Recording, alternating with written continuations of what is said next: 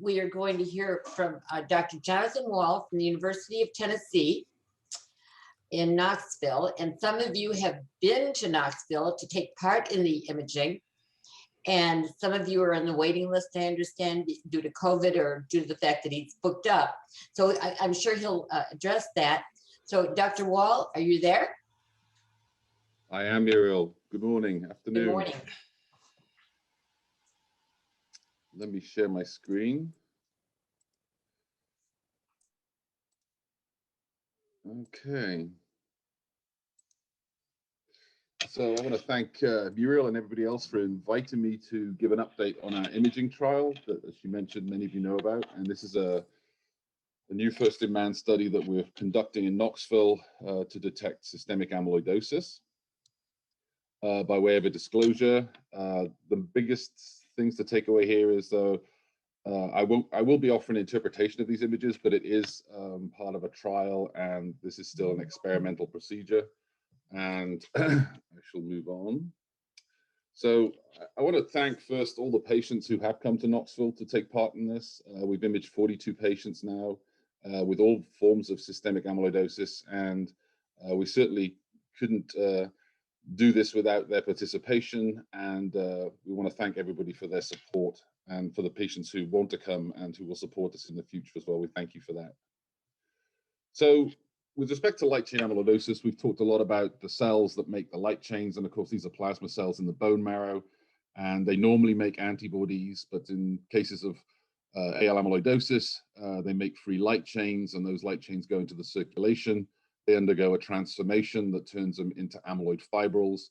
As we've heard, that's the problem in the organs, and it causes dysfunction and organ damage. But the question is, which organs do these amyloid fibrils deposit? And we know, obviously, when the organ becomes so severely damaged that you go to the physician and they diagnose it.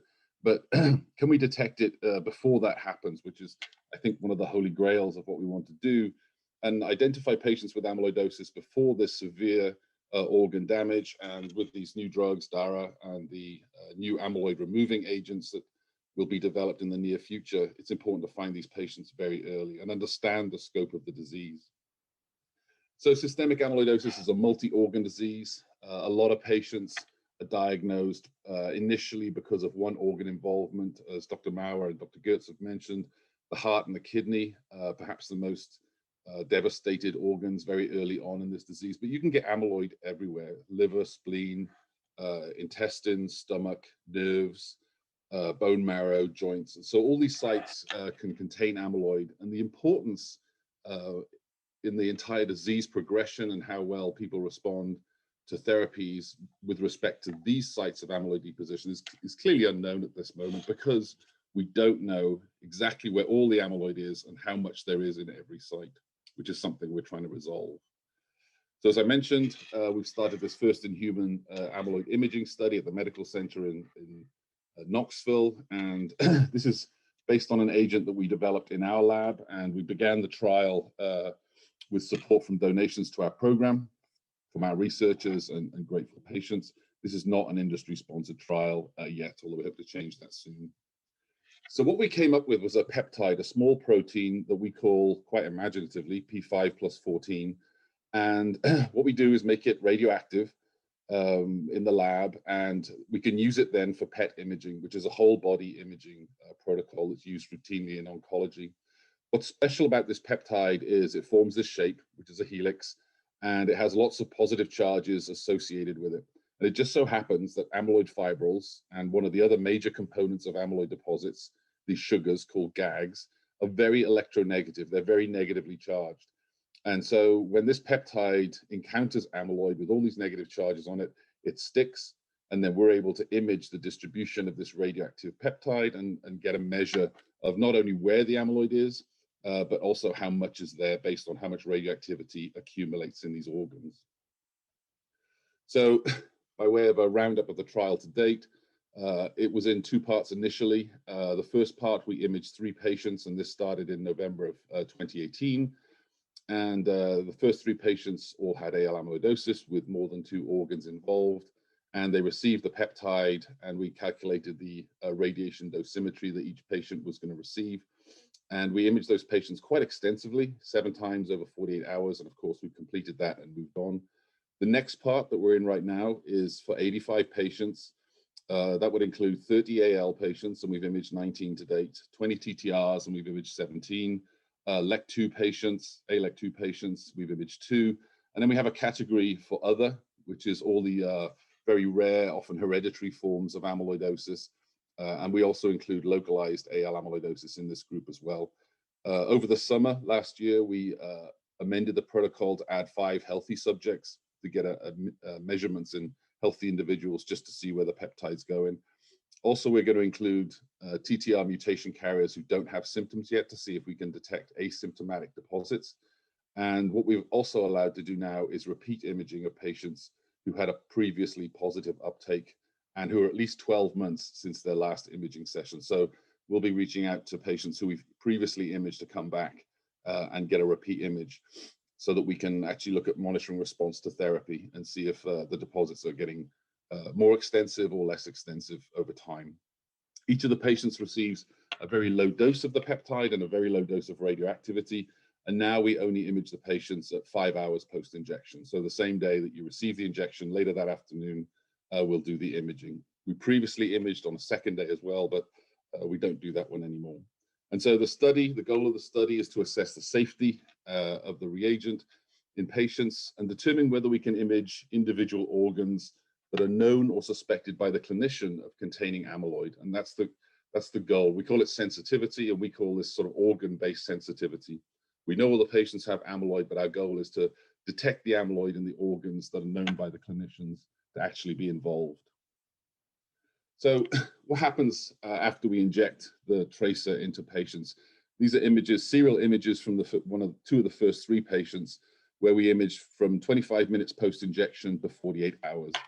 And you can see in the first patient what happens. The radioactivity enters the blood. The liver, which is this organ here, has a lot of blood in it, so it lights up. But then over time, the liver washes out and becomes normal. You can also see the heart in this patient, and the 2 kidneys light up. And the heart involvement and the kidney involvement stays persistent for at least 6 hours. And even at 24 hours post-injection, you can still see the heart, both kidneys, also some lung involvement in this patient. This area in the middle of each patient is the stomach, and that's what we see in every patient. That's very normal. And the bladder we also see as well. And these are glands in the head and neck, salivary glands and parotid glands. That's where free iodide goes. So that's normal, we think, in many patients, but we need to work further to discern whether that's actually normal or not. In the second patient here, actually had massive amounts of amyloid in the spleen and kidneys. And you can see again, the liver washes out, but the kidneys and the spleen stay absolutely positive, even at 48 hours post-injection. And in this patient as well, the thyroid lights up almost immediately and stays persistent for the whole 48 hours, which we think is indicative of amyloid in this patient's thyroid rather than free iodide accumulating in the thyroid. So this is what happens when we inject it. It goes to the sites of amyloid. Where there's no amyloid, the peptide washes out, and at 6 hours post-injection or 5 hours post-injection, we can tell, we think, the difference between an amyloid positive organ and an amyloid negative organ. But eventually everything washes out across time, and within probably 5 days, there's no radioactivity left. This is a patient, and I show this as the first patient. This is a patient that was diagnosed with renal amyloidosis in 2014, had severe renal impairment, and based on a kidney biopsy was demonstrated to have AL. They had a stem cell transplant the following year, responded exceptionally well. And when we imaged this patient, there was absolutely no evidence at all of amyloid present in any organ, especially the kidneys. So this is what negative looks like. Even though we haven't done any healthy patients, this is what the tracer looks like in a negative individual. So you can see on the left here, this is the liver and this is the heart. There's no evidence whatsoever of any uptake in the muscle. The blue is just the blood pool in those organs. In the center image, you can see the large glowing area. That's the stomach. That's normal. We see that in everybody. But you can see the liver and the heart, again, have no radioactivity. And in the side, the third image, you can see both kidneys and the spleen and the liver, absolutely no uptake whatsoever. So this is what normal looks like. This is what we expect to see in our healthies. And this patient is representative of a subset of AL patients. that we know who undergo complete hematologic remission that's sustained, the amyloid can regress. And so we think this is an example of one of those patients. This patient's renal function hasn't degraded since her stem cell transplant.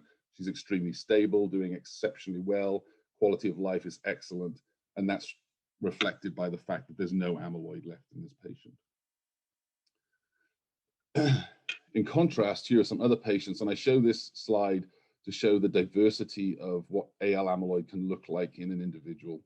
And so you can see in all these patients, in the top row, the black is where the amyloid's depositing, and in the bottom row, these are serial slices where you can see increased information. So in the patient P07, patient number 7, this patient was diagnosed based on a liver biopsy, and you can see the liver lights up absolutely remarkably.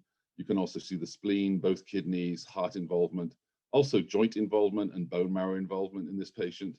In patient 10, which is the AL patient we've seen the most amyloid load, classic amyloid deposition. This is very reminiscent of what you would see if you had an SAP scan, with the exception that SAP cannot image amyloid in the heart, and yet we can see it in our patients. This patient was quite remarkable, and I'll show more images of this patient, but classic bone marrow involvement, which is very fairly unique to AL patients, large involvement in all the major organs in the abdomen, spine involvement, and I'll talk about this patient again a little bit more. And then we have patients where there's no liver and spleen involvement whatsoever, and the major manifestations are the kidneys and the heart. And in one patient, patient 17, only the heart was involved, and you can see the left side of the heart, which is the strong muscle that pumps, because it pumps the blood around the body. You can also see sort of weak tracing around the atria, which is what Dr. Marrow was talking about. So you can see great definition and accumulation of the radio tracer in the heart of that patient. And again, patient 09 is the one where there's absolutely no uptake and no evidence of amyloid. The nice thing about PET-CT imaging is it's a 3D modality, so we can take these sort of black and white images and we can take slices of them, so we get even more accurate information. So these are the same patients, and we're looking at slices now, and you can see the resolution of what we can actually see with our imaging agent. In patient 7, again, you see the liver, you can see the left side of the heart. This patient also had pancreatic involvement, which is something we see in quite a few of our AL patients when they have a lot of involvement in other organs, that the pancreas lights up as well. In patient 16, again, you can see the left side of the heart, the right side of the heart, and the atrium. And so we get this much greater information than we've previously been able to get in patients with AL. And the other nice thing about these images is they're totally quantifiable. We can draw what we call regions of interest around each organ, which is essentially drawing a circle around the organ that we're interested in, and we can get a number out, and that number reflects how much radioactivity is there, and we think that's also a measure of how much amyloid is there. So not only can we detect it, but we can also monitor quantitatively sort of response to therapy. Again, some more examples of what we can see. This is a patient with a classic AL amyloid distribution, liver involvement, spleen involvement, and there's no biomarkers that I'm aware of that accurately predict AL amyloid in the spleen, but we can image it very well with our agent. This is the pancreas in this patient as well. The pancreas, again, is involved. We don't know what the clinical consequences are of having AL amyloid in the pancreas. We can quantify the heart, and we can also see the kidneys in this patient. This is a patient that had lung involvement as well. Again, you can see the heart, which is very common, despite not every AL patient being diagnosed with cardiac amyloidosis. We see uptake of the radiotracer in the heart in most of our AL patients. But you can also see in this patient, in the center image, this halo around the lungs, indicative of lung involvement as well. This patient was remarkable in the fact that she had extremely impaired renal function, was on diuretics, had one of the most enlarged hearts we've seen in any patient. And you can see the amyloid sort of lining the muscle walls throughout the heart, and the severe kidney involvement in that second image. This is the kidney, and the combination of this renal involvement and cardiac involvement meant that her NT-proBNP was almost 17,000. One of the most severe indications or instances that we've seen, but it was the combination of both the heart and the kidneys, we think, that led to this very high NT-proBNP values that we measured. This is that same patient, and again, different slices of the same image, and you can see incredible uptake of the radiotracer in both kidneys. And in this patient as well, we were also able to show uptake in the tongue, which is a rare manifestation of AL amyloidosis, but it's probably one of the most photographed pictures that you see in the manuscripts is tongue involvement. And we're able to see that as well. So this is a whole body amyloid imaging agent. AL is a multi-organ disease. Each of the organs involved can have a consequence, we think, on the clinical picture and the clinical management of these patients. Now we're able to generate images where we can really appreciate the extent of the disease in patients. This is another example, perhaps the best example of the pancreas involvement. This is the early patients we imaged with the spleen, the kidneys, and AL amyloid, we think, in the pancreas of this patient. So the reason we've enrolled AL as well as other patients is we suspected or we hypothesized that this peptide would work in all different forms of amyloid because of the way it works. And so these are examples just to show cardiac uptake in ATTR, renal uptake and splenic uptake in patients with ALEC2. Agelsolin have massive accumulation in the kidneys, and a patient with A-lysozyme also had uptake in all the organs that were suspected in this patient. So this is truly a pan-amyloid imaging agent, and it's proven to be excellent at detecting amyloid of many different types in many different organs. So what can we learn about amyloid with respect to the imaging agent? So this is the patient that had incredible uptake throughout the body. There's a few things here that were interesting. It's been well reported that the AL amyloid can accumulate in the choroid plexus and the pituitary gland, which are not inside the brain, they're outside the brain. And we were able to see with our imaging agent accumulation in both the choroid plexus and the pituitary gland. Again, we don't know what this means clinically, but being able to detect it and provide a full picture of where the amyloid is in everybody is really important. This is that same patient, and she was diagnosed with renal amyloidosis. And I show here pictures of the right kidney, the left kidney, and the transplanted kidney. And the transplanted kidney is in the pelvis, and you can barely see it. There's no uptake of the radiotracer whatsoever. And once we did image this patient, we realized one of the major values of this imaging agent is detecting the health and well-being of transplanted organs in patients with AL with respect to amyloid load. So this was really a great study where we could see amyloid in the old kidneys and confirm that there was no amyloid in the transplanted new kidney at the time of imaging. I show this data. This is part of our quantification study, and it speaks to the idea that can we see more things than are actually reflected in the medical record. So this is a correlation or a couple of graphs of the first 26 patients, and the upper panel, if it's a number 2, it means that the clinician knew there was amyloid in that organ in that patient. And what we actually see in the bottom panel is a lot more amyloid, or a lot more suspicion of amyloid than is ever suspected in any patient based on the clinical evaluation, which is absolutely expected. Clinicians can't go and biopsy every organ or every site. Sometimes the biomarkers don't change until the amyloid load gets so incredibly high, but it's easier to detect by imaging. So we can see amyloid that's not clinically recognizable by clinicians using the standard techniques that are out there now. One of the other things we've noticed is that we asked a question: is there an organ-specific pattern of amyloid deposition in patients in AL and TTR? We asked this question because in looking at the images, we were able to, in most cases, just by looking at how much amyloid and where it was, determine whether the patient had AL or TTR.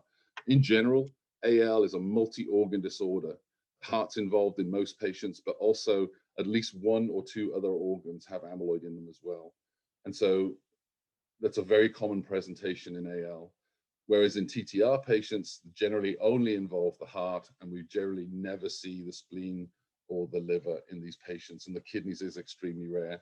So based on these imaging, not only can you tell where the amyloid is, how much amyloid is there in each organ, but also we get a first pass read on whether it's an AL patient or a TTR patient based on how many organs are involved as well.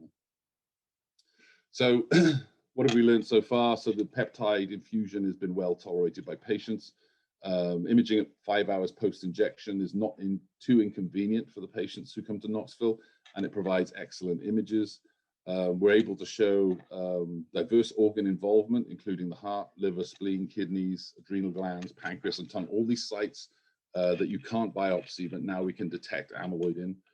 In addition to AL, we've imaged at least 5 different other types of amyloidosis, and our data indicate that we can image amyloid deposits before there are changes in serum biomarkers. So before the organ becomes dysfunctional and is disrupted by the amyloid deposition, we can detect it, which is great news in terms of early detection and early treatment interventions.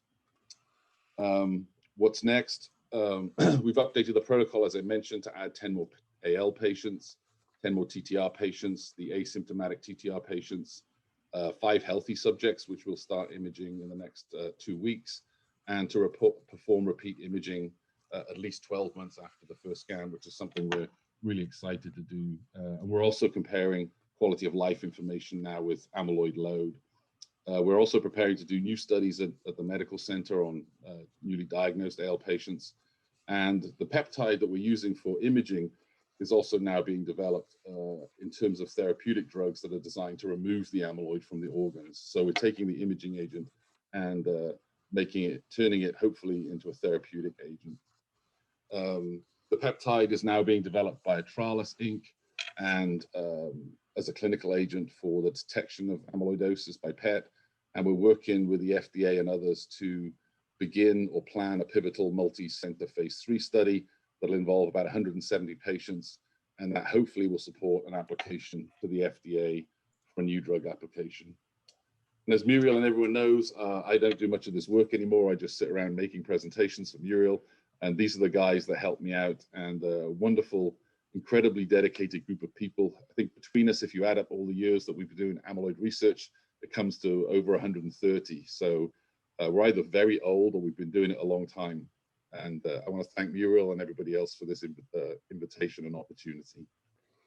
Muriel, is there time for questions from the panelists? Yes, there is, and I know the panelists have a lot of questions. I have one before I let it go to all the panelists, though. Okay, Dr. Wall, you had that wonderful chart that showed that other organs were lighting up, even though the doctors didn't suspect those particular organs were involved. I'm wondering what organ lit up the most often that was not predicted by the physicians? Spleen. The spleen. Yeah, the spleen is extremely, the other Europeans in London know this from their SAP scans. The spleen is a very difficult organ for the clinicians to identify amyloid in until it becomes hard and massive. But biomarkers don't seem to change with splenic amyloid. But the spleen lights up in, I think, 75% of the RAL patients that we've imaged. Okay, thank you. Okay, Dr. Gertz, take it away. He's always trying to make the clinicians look dumb. What can I say? No, I'm the lowly PhD on the panel, and I'm trying to make myself look good. You guys are amazing. You know I just have 2 quick ones. So you're definitely looking for AL patients to come to Knoxville for imaging. You are still recruiting patients. We are still recruiting patients. We have 10 slots for AL patients. Yes. Okay. The other thing I wanted to ask about is how much do I have to pay for the scan? For you, free. And for other patients? No, and sadly, because we're paying out of the gift fund, we cannot pay for travel to get to Knoxville. But when they come to Knoxville, we pay for the hotel. We'll pay for a lovely breakfast at the hotel, and the scan is free. And we do. So the scan is absolutely no charge. I don't have to worry about my insurance company approving it. You can do the scan for free, and I get to see the results. As part of the clinical trial, you get yes, both. You get it for free, and we share the results with the patients because it's part of their health information. And we adopted that policy very early on, and the patients get copies of their images. Yes. Thank you. Any other questions for any of our physician panel? Yeah, Jonathan, this is remarkable work and definitely something that, that we've all been waiting for. Let's say, once this is FDA approved, how easy or difficult is it to scale this to other places? Is the scanner and the technique that's used, is that something that's relatively easy to pick up for other places? Yeah, so it's a standard PET-CT scan, like an FDG scan. And the radioisotope that we use is iodine-124, and it has a 4-day half-life. So we're thinking we can have one site in the US be able to supply everybody in all the hospitals in the US, because we don't have to worry about, like, F-18 is a short half-life, so you have to have different production sites all over the country. The long half-life of the radioactivity will allow us to ship everywhere. Any other questions from any of our panelists? Yeah, I just wanted to echo the sentiment. Very impressive data, Jonathan. And most impressive to me, obviously, as a cardiologist, is the ability, contradistinction to like SAP scintigraphy, to image the heart and potentially quantify the amyloid load and follow it over time. Are there any organs you think you can't really well image or follow over time with this particular technique? Yeah, that's a great question. So I think our biggest problem is the GI tract, because the free radioactivity, as the peptide that doesn't bind amyloid is cleared from the body, a lot of it goes to the kidneys. And during that process, the free radioactivity is liberated and it goes to the stomach and to the thyroid to some degree. And that stomach empties over time. And that gastric emptying time is different for everybody. So we can't say with any really high confidence of radioactivity in the GI tract is associated with amyloid, because it could be free iodide just exiting the stomach. So that's our biggest challenge, is the stomach. And in the nerves, we've been looking at nerve involvement in all our patients.